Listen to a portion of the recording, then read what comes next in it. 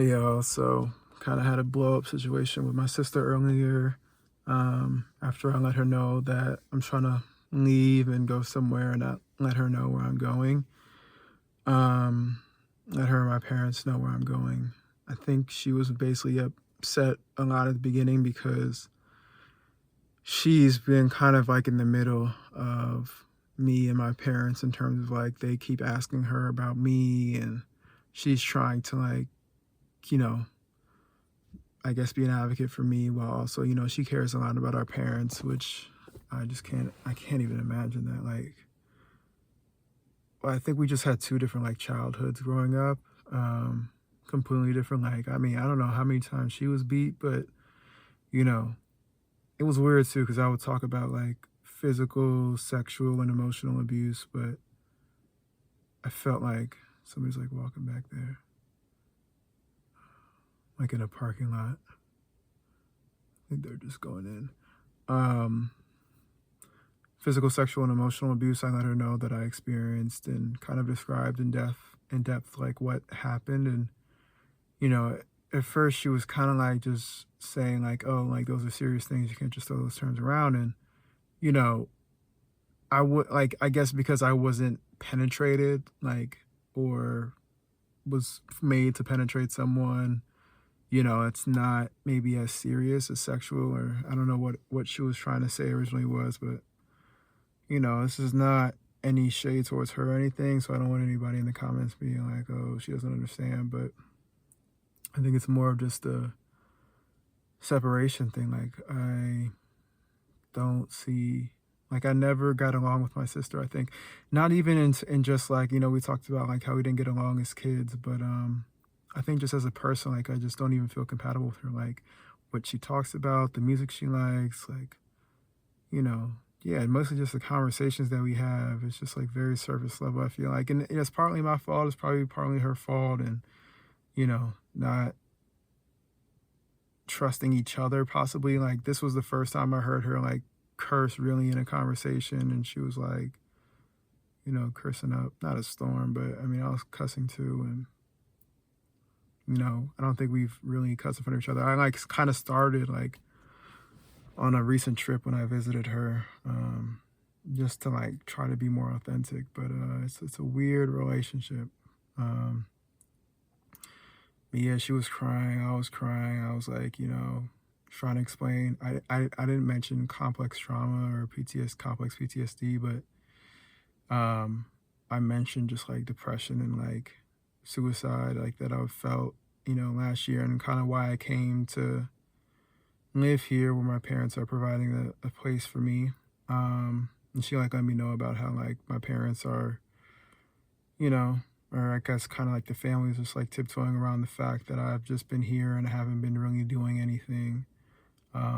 Which again, that just triggers me so much because, she was talking about empathy a lot in the conversation, and I don't know if she will ever know or anyone. I mean, unless you've gone through it, like how dark it is to go through suicidal ideation and the darkest thoughts that I mean I've ever experienced. And I mean, like I've had some dark thoughts. Like I've gone through shit.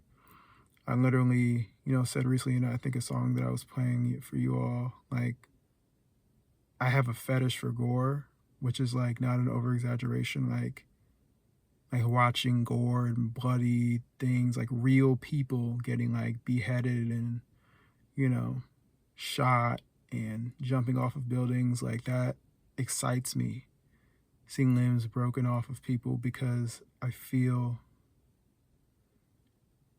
relieved in a way. I don't know how to explain it. There's probably some medical way to explain it, but it's like it takes the stress. It takes like the PTSD away.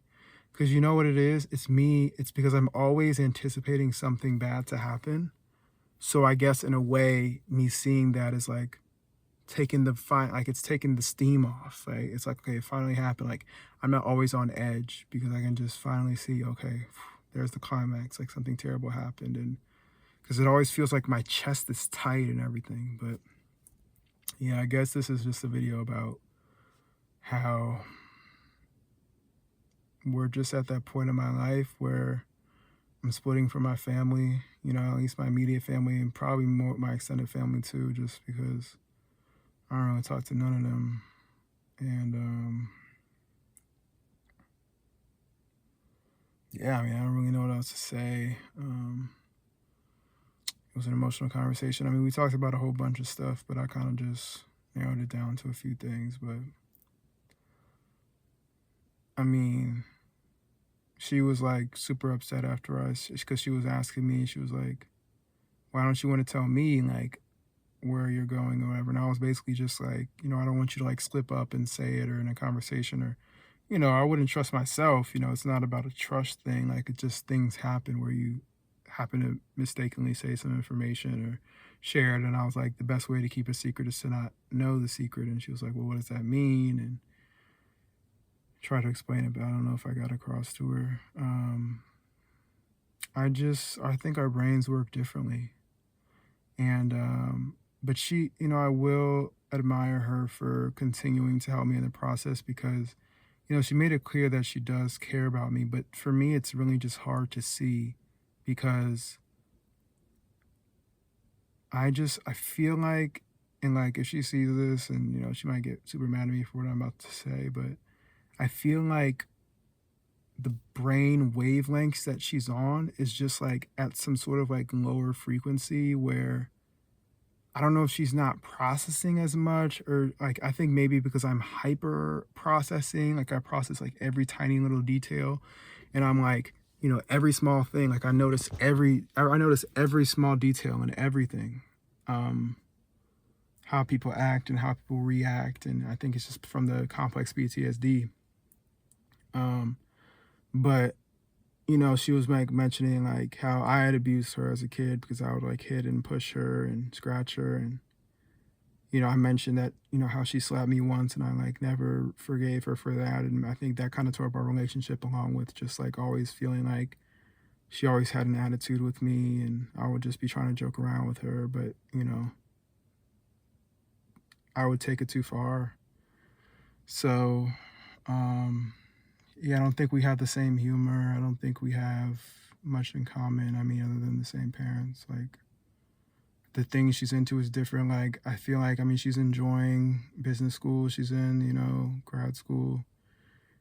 Yeah, I hated school all my life. Like, I have my college on my license plate, I think I mentioned, and I'm going to take that shit off and throw it away.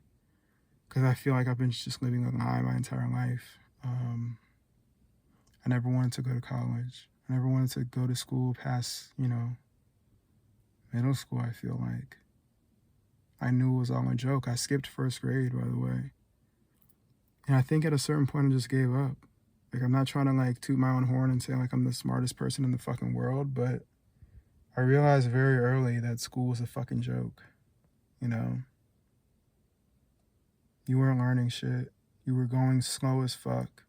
And then I had to like slow down and do the dumb shit, the dumb instructions way that they want you to do it. I just did shit my own way. And then you get docked for points if you don't do it their way, you know? And she's like, she's like a, you know, type A planner, and I'm kind of like more let it wing it.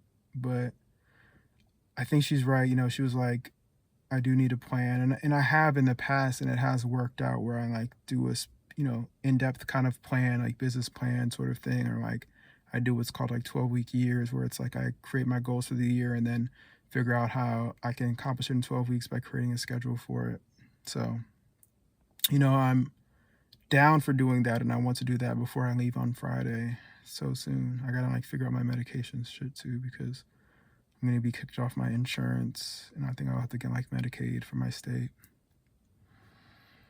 But yeah, I just don't see me and my sister really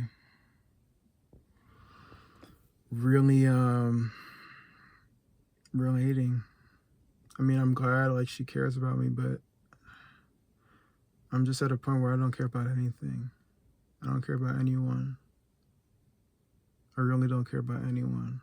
I have empathy for everyone. Like I want to see everybody do well. I want to see everybody be healthy.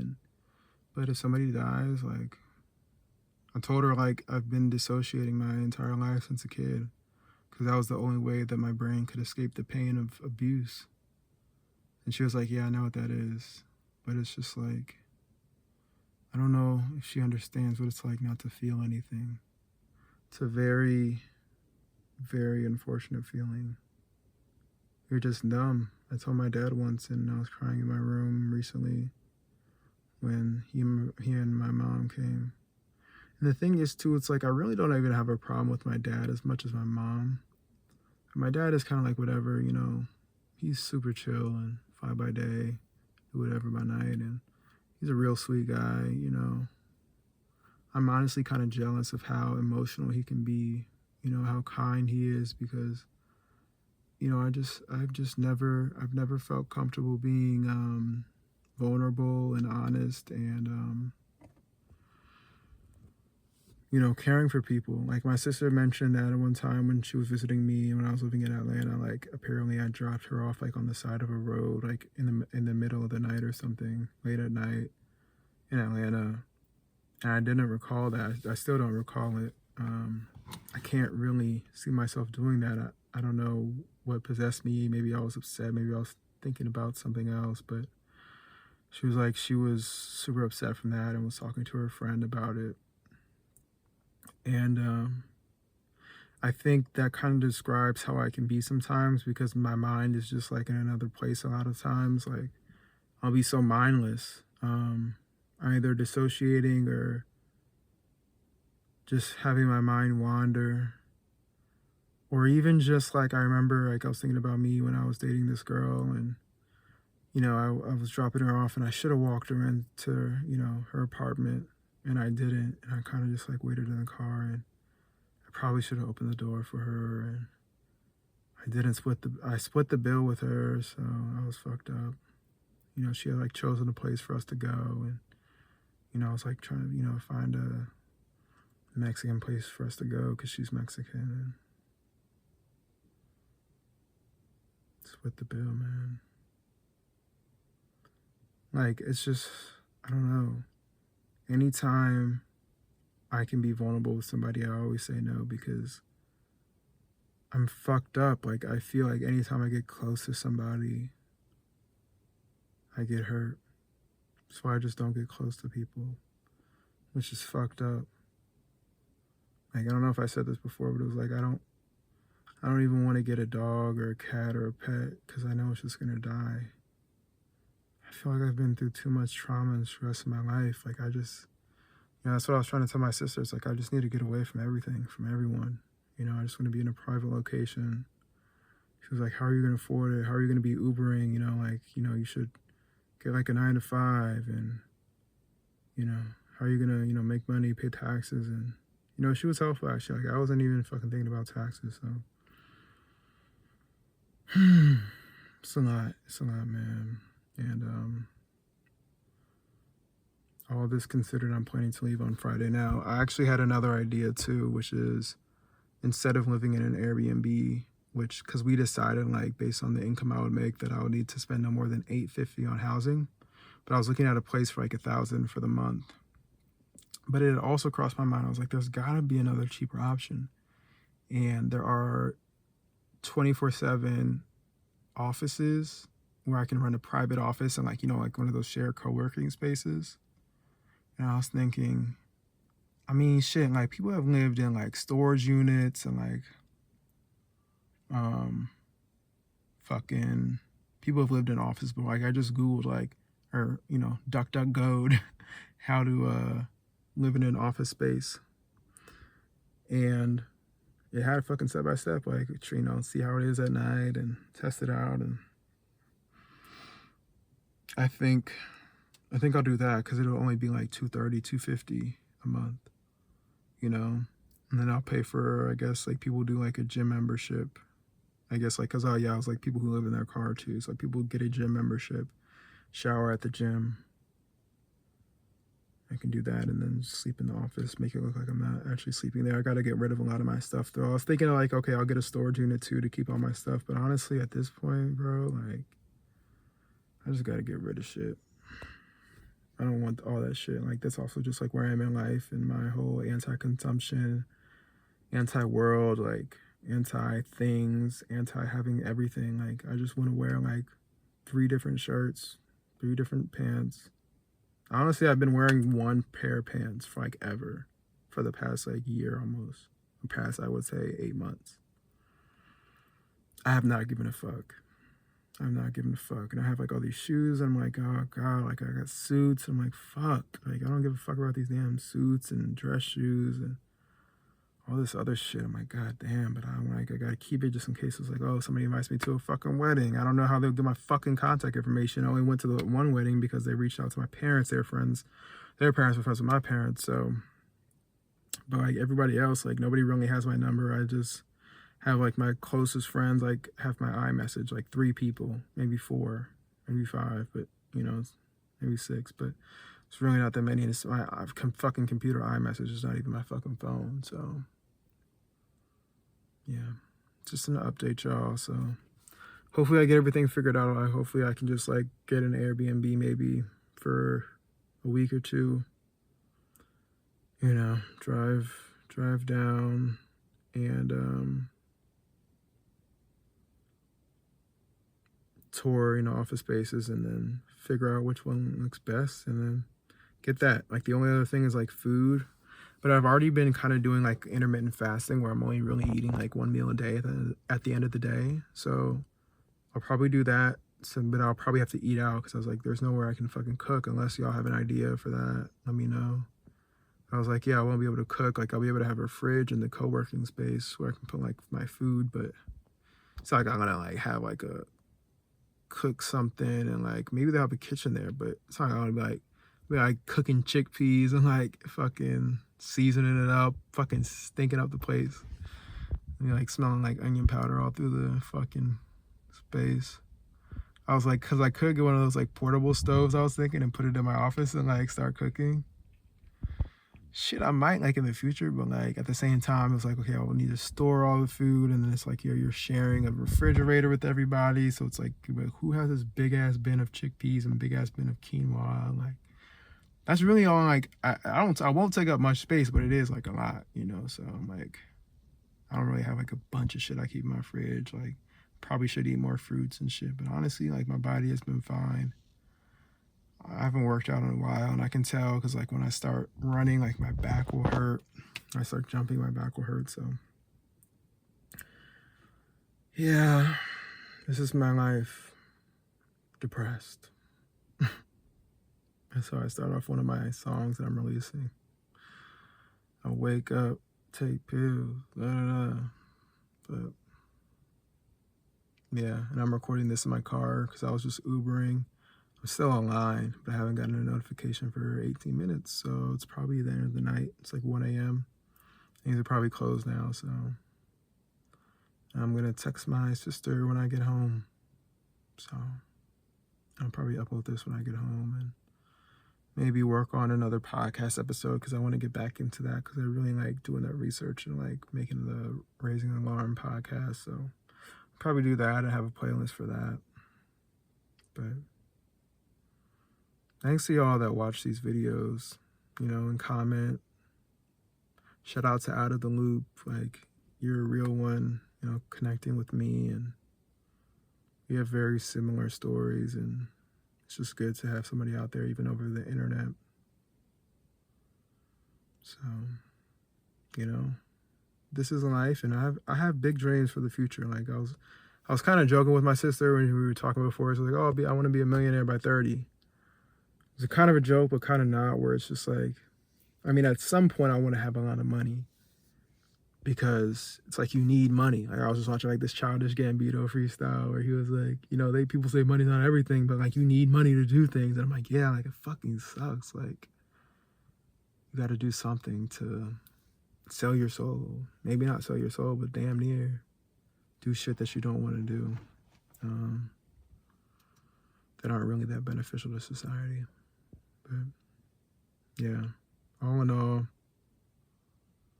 rough end of the day, but sometimes I need to like have a fucked up situation to motivate me, where she's kind of like, you have all these big dreams, but you aren't planning anything. And in my head, it's like I have the plan. I do need to write it down, but I love when people doubt me because it does motivate me. It's a very toxic form of inspiration. 'Cause that's how I feel I am. Super toxic. Don't like to connect with people. I like to use people. I just use people for sex, for relationships, for clout, for image. I just use people. I feel like I have no real relationships. I feel like I have no relationships where I can be real with people.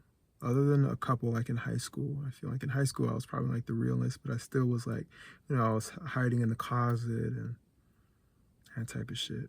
But I didn't really know. Like I still had so much uncovered trauma. I didn't even know I had complex PTSD. I didn't know about depression. And, I just thought that was a normal feeling to just like always be sad and just have this overarching feeling of just like deep depression. But 26 and life is short, so I don't want to live like this for long.